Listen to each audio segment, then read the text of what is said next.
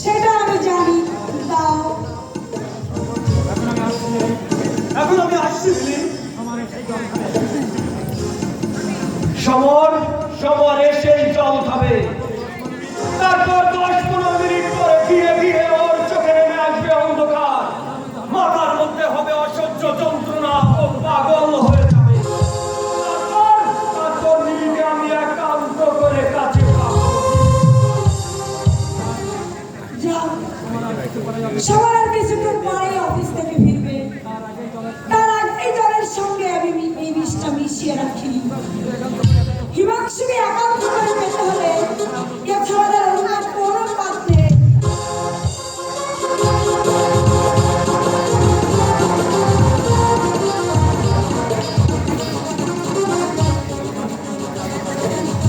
বৌমা, সমর বুঝি আজও বাড়িতে নেই? না, আপনাকে নিষেধ করার শর্ত কেন এখানে চুপ এসেছেন? তুমি বোধহয় সমরকে বলতে ভুলে গেছো বৌমা, তাই সে চণ্ডীপুরে যায়নি বলে, আর সেই জন্যে আমি তাকে দেখার জন্য এসেছি বৌমা। সে বাইরে গেছে, তার সঙ্গে আপনার দেখা হবে না। আপনি চলে যান।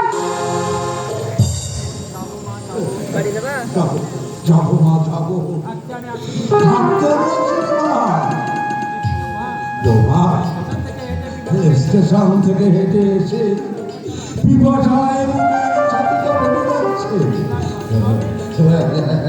জল খাবে বৌমা? না, সবারের জন্য রেখেছিস তো, তাতে কি হয়েছে? তুমি না হয় তার জন্য আরেক গ্লাস জল এনে রেখো, আমি এটাই খাই। শুনুন, শুনুন।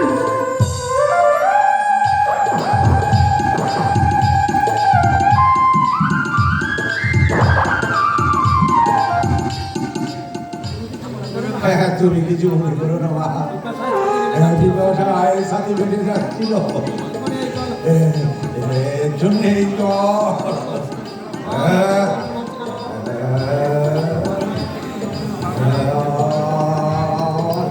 মাথার ভিতরে যন্ত্রণা করছে।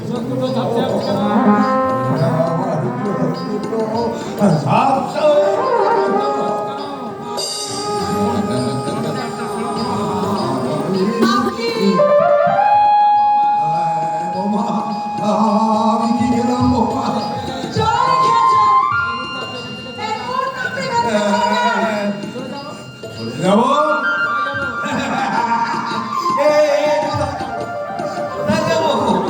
কেন যাবো? আমি যাবো না, খাট পালঙ্ক সব কিছু আমার সমাজ আমার কাছ থেকে চিনিয়ে দিয়েছে।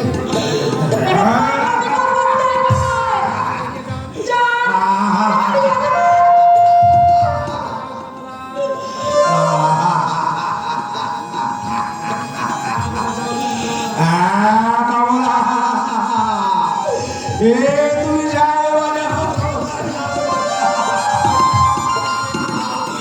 ওই দেখো শহর বিয়ে করে বৌমা ঘরে যাচ্ছে।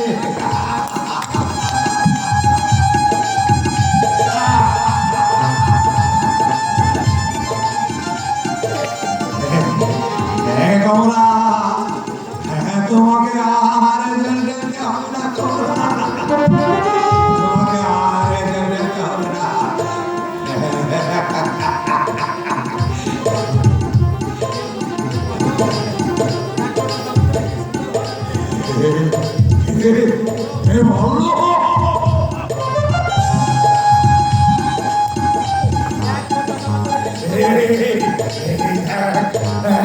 দাদা আমার জন্য কত কত ভয় গেছে। আপনি যদি স্বেচ্ছায় না যান, তাহলে গলা ধরে করে দেব।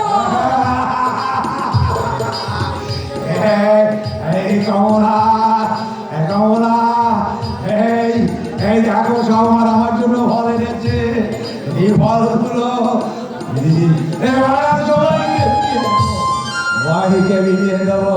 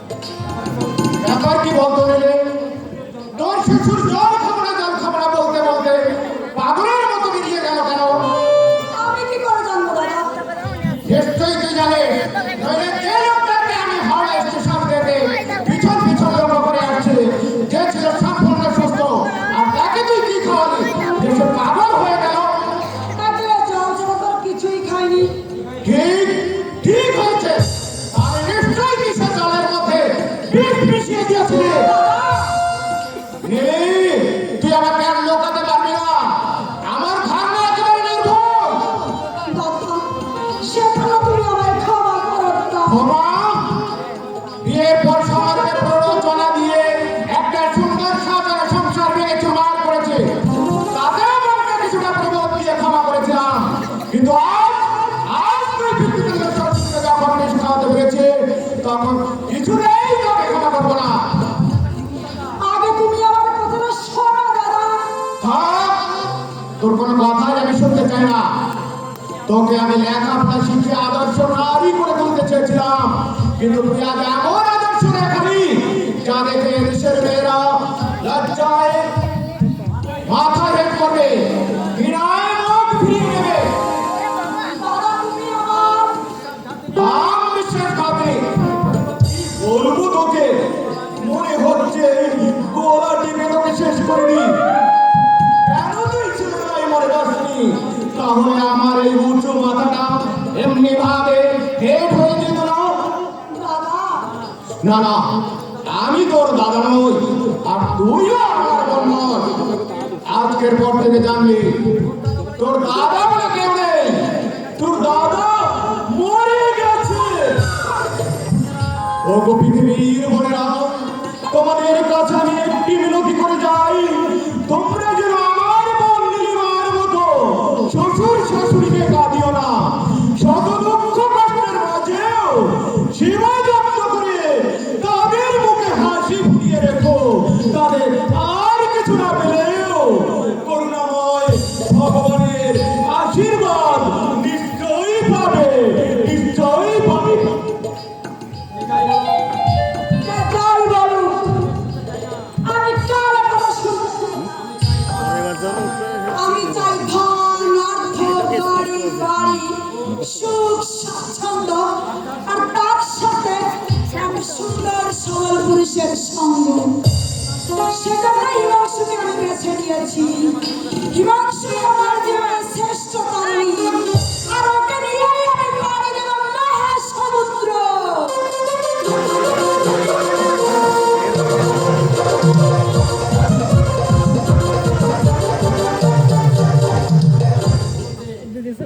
আজ আমি ভাগ্যবতী, তাই দেবদেবীর মতো সহিংস শ্বশুর শাশুড়ি পেয়েছি। পেয়েছি তাদের অফুরন্ত ভালোবাসা। এরা আমার মা হারানোর ব্যথা ভুলিয়ে দিয়েছে। ও ঠাকুর, আমি যেন সমস্ত দুঃখ দূর করে এদের সংসারে মঙ্গল দিন জ্বালিয়ে রাখতে পারি। দুঃখের বেশে এসেছ বলে তোমার নাহি দূরি বহে, যেখানে ব্যথা সেখানে তোমায় নিবিড় করিয়া ধরিব হে। কি ব্যাপার, তুমি আজ তাড়াতাড়ি ফিরলে? শরীর খারাপ না তো? না না, শরীর খারাপ নয়, তুমি চিন্তা করো না। এই নাও, এতে বাজার আছে। চলো, হাত মুখ ধরে চলো। আচ্ছা শিউলি, এখানে তোমার কষ্ট হচ্ছে তাই না? না না, আমার কোনোই কষ্ট হয়নি। কেন হবে? মা আমাকে সব কাজ শিখিয়ে দিয়েছে। মুখে হাসি জোয়ার বইয়ে দিয়ে তুমি আমার কাছে যতই গোপন করো না কেন শিউলি, আমি জানি তোমার জীবনকে আমি দুঃখে ভরিয়ে দিয়েছি। যদি ধনীর ঘরে আজ তোমার বিয়ে হতো, আজ কত সুখী হতি। গরিবের ঘরে বিয়ে হলেও আমি সুখের স্বর্গে বাস করি। বিশ্বাস করো, সত্যি আমার কোনো দুঃখ নেই। কিন্তু আমি তোমারই এমনই অকর্মান্য স্বামী যে তোমাকে দুবেলা দুমুঠো পেট ভরে খেতে দিতে পারি না। এই যে লজ্জা, আমি কোথায় লুকাবো? হ্যাঁ, দুঃখ করো না গো, ভগবান নিশ্চয়ই একদিন মুখ তুলে চাইবে।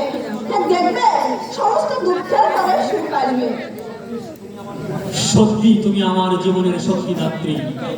ঠিক এভাবেই সারা জীবন তুমি আমার শক্তি জুগিও শিউলি।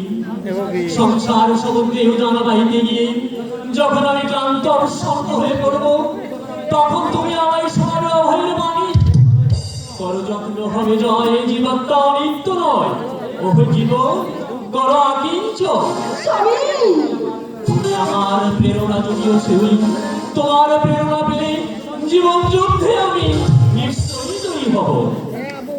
ওগো, তুমি আর সত্যি করে বলো তো, তুমি কি চাকরি করো? সে কথা বললে তুমি সহ্য করতে পারবে না শিউলি। আমি তোমার সহধর্মিনী, আমার কাছে কিছু গোপন করো না। না না, তোমার কাছে আমি কিছুই গোপন করবো না। আমি আমি রেল স্টেশনে মোটেগিরি করি। স্বামী, বাবা মা শুনলে কষ্ট পাবে, তাই রোজ অফিস যাওয়ার নাম করে রেল স্টেশনে আমি মোটেগিরি করি। তবে ভাবছি এবার থেকে গাড়িতে হাঁকারি করবো। ও, তুমি আমার গর্ব। তোমাকে দেখে আমি এই সমস্ত বলতে পারবো, এই আমার স্বামী, যে অসৎ পথ অবলম্বন না করে সৎ পথে পয়সা উপার্জন করছে। বৌমা, কি বললো? কি বলবো? তুই আজ এত তাড়াতাড়ি ফিরে এসেছিস? তুই আজ এত তাড়াতাড়ি ফিরে এসেছিস? না মা, তুই যতক্ষণ না ফিরিস, আমার মনে শান্তি থাকে না বাবা। তুই কত রোগা হয়ে গেছিস, তোর খুব কাজের চাপ, তাই না খোকা? তা তোকে কি কাজ করতে হয় বাবা?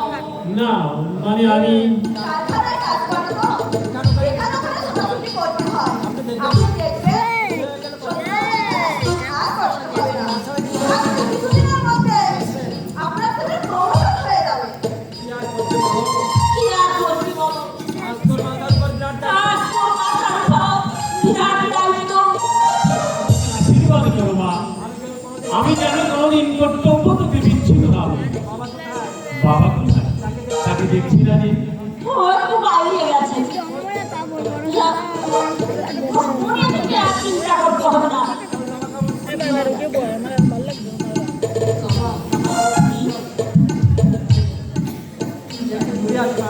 একটু ঘুরে আসি মা। কাকিমার অসুখটা বেড়েছে, তাই সুকেশ কাকা আমাকে একটা ওষুধ আনতে দিয়েছিল। আমি ওষুধটা দিয়ে এক্ষুনি চলে আসি।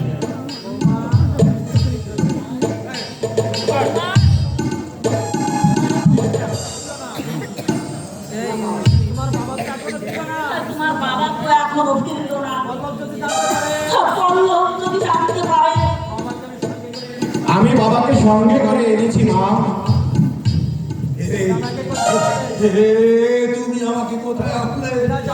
রাজা আমাকে মেরে ফেলবে।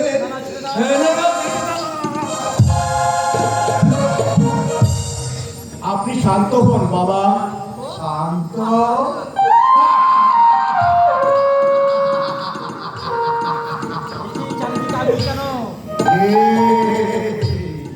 শান্তি থাকুন কেন? ওই যে দেরিহাম শিখাকে রাজ করতে আসছে।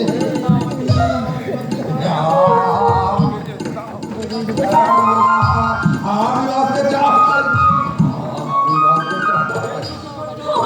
সে তুমি কি করছো? কি হয়েছে তোমার? তুমি আমাদের প্রশ্ন করছো? আমাকে চিনতে পারছো না? আমি তোমার কমলা। আমি তো ওনাকে চিনি না। আমি তো চেয়েছিলাম, সবাইকে আমল করতে চেয়েছিলাম। কেন কেন সবাই আমাকে বল কেন? আমি চুপ করো বাবা।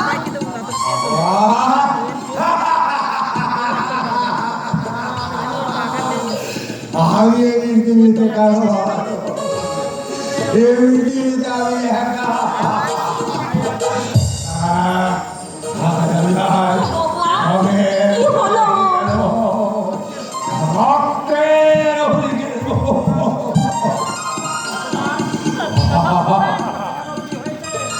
কি হয়েছে? বলবো মা, সব বলবো।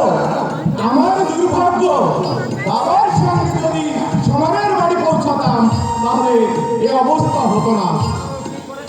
কেন? কি করেছে সবার? বলতে আমার লজ্জায় মাথা কাঁপতে আসছে, তবু আমাকে বলতেই হবে। বাবা সবাইকে দেখতে কলকাতায় ছুটে যেতেন, সবারের সঙ্গে দেখা তো হতো না। নীলিমাও ওকে সহ্য করতে পারতো না।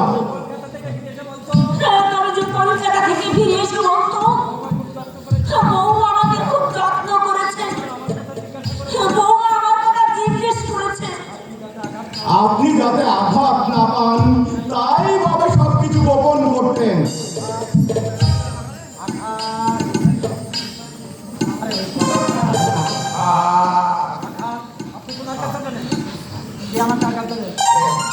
সে আমাকে আঘাত দেবে। না ভগবান, ও কোথায় বাবা? তোমার যদি সাহস থাকে নেমে এসো, নেমে এসো আমার মুখে আঘাত করতে।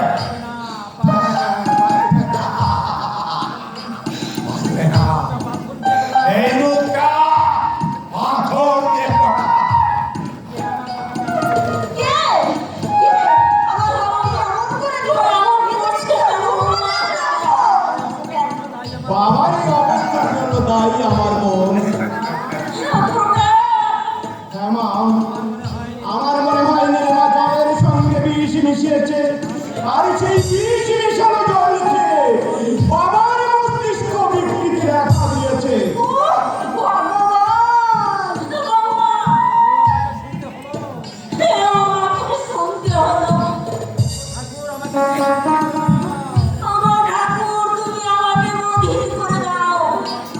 বড় আশা নিয়ে আমি নির্মাকে বাড়িতে দিয়ে দিয়েছিলাম, কিন্তু সে যে এমন হবে তা জানতাম না। নির্মার এই অপরাধের জন্য মা আমাকে ক্ষমা করুন। মা, আমি তোমাকে অভিশাপ দেব না। এই জীবন দোষ নয়, সবই আমার ভাগ্য। ভাগ্য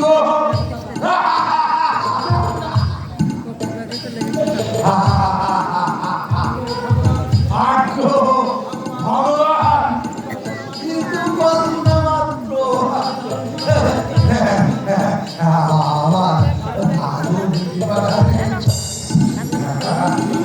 একটু জল খাওয়ার জন্য।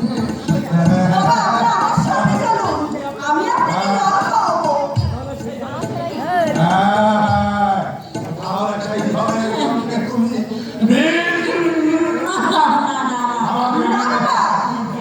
তাই কখনো পারি? মেয়ে হয়নি, পাত্রী কখনো বিষ খাওয়াতে পারি? আসুন বাবা, আসুন।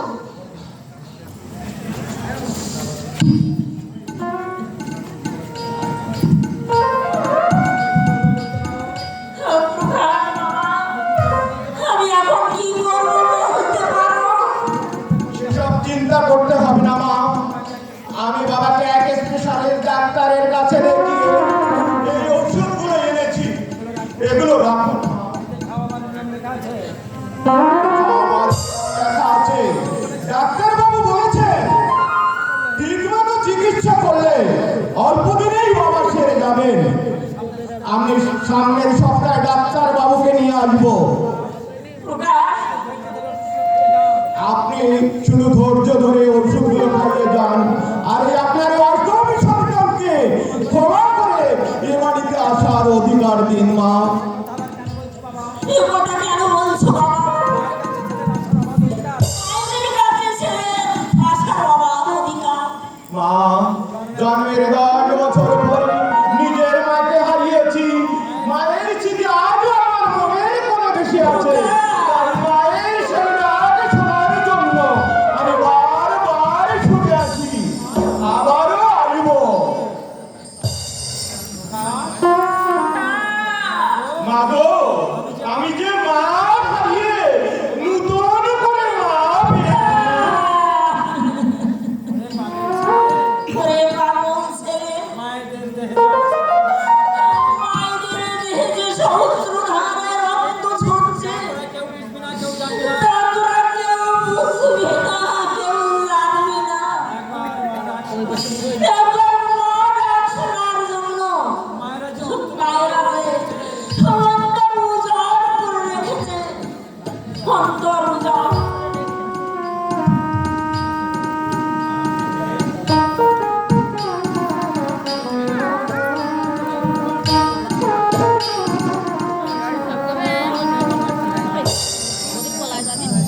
ভালোবাসা পাপ, ভালোবাসা অন্যায়, তবু আমি তাকেই ভালোবাসি। তার তার স্মৃতি ভুলে নিয়ে আমি দিন ঘুরছি। কোথায় গেলে আমি তার দেখা পাবো?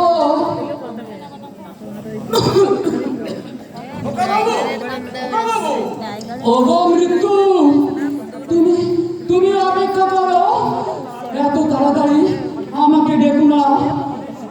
আমি কাকলির সঙ্গে একটিবার দেখা করার সুযোগ দাও। তোমার আর দেখা হবে না খোকা বাবু, তুমি তাকে ভুলে যাও খোকা।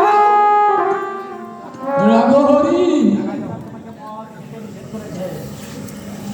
ডাক্তার তোমাকে মদ খেতে নিষেধ করেছে, তার সত্ত্বেও তুমি মদ খাচ্ছ। মদ না খেলে যে আমি থাকতে পারি না। বুকের মধ্যে আগ্নেয়গিরি চালিয়ে মানুষ কি কখনো স্থির থাকতে পারে? তাই তো আমি মদ খেয়ে বেহুশ হয়ে থাকতে চাই। এইভাবে তুমি নিজে অকাল মৃত্যু ডেকে এলো না খোকা বাবু। আমি তোমার পায়ে ধরে অনুরোধ করছি, এই সর্বনাশা জিনিস তুমি ত্যাগ করে দাও। তুই চোখের জল ফেলছিস? না রে হরি, না, আমার জন্য তুই কাঁদিস না। এই পৃথিবীতে আমি একটা আগাছা, তাই আমার জন্য কেউ বিনিদ্র রজনীতে শয্যার উপর দুফোঁটা চোখের জল ফেলে না। কারো সদৃশ্য নয়ন আমার কত বলেছে অপেক্ষা করে না।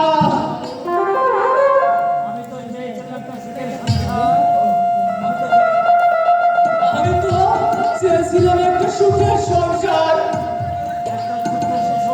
একটা ছোট্ট শিশু, সে তার ছোট্ট দুটো হাত দিয়ে আমার গলা জড়িয়ে ধরে আমাকে বাবা বলে ডাকবে। কিন্তু কোথায় হারিয়ে গেল আমার সেই স্বপ্ন? বলতে পারিস রাঘহরি, কেন এমন হলো? অত অধৈর্য হয়ে না খোকা বাবু। আজ আমি বলছি থেকে দক্ষিণেশ্বর মায়ের মন্দিরে পুজো দিয়ে তোমার জন্য আমি খেয়ে নেবে চলো, দেখবে তুমি আবার সুস্থ হয়ে উঠবে। বৃথা চেষ্টা রাঘহরি,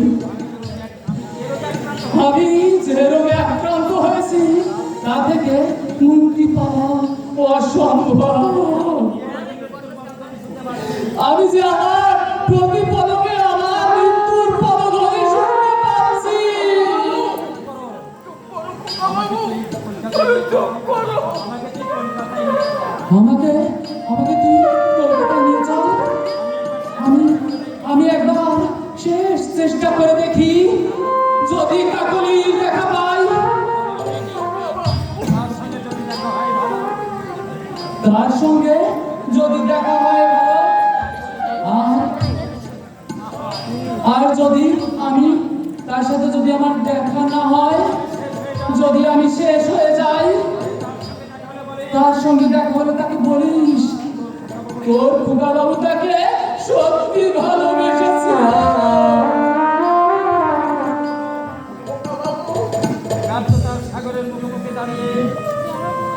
ব্যর্থতার সাগরের মুখোমুখি দাঁড়িয়ে অনেক কান্না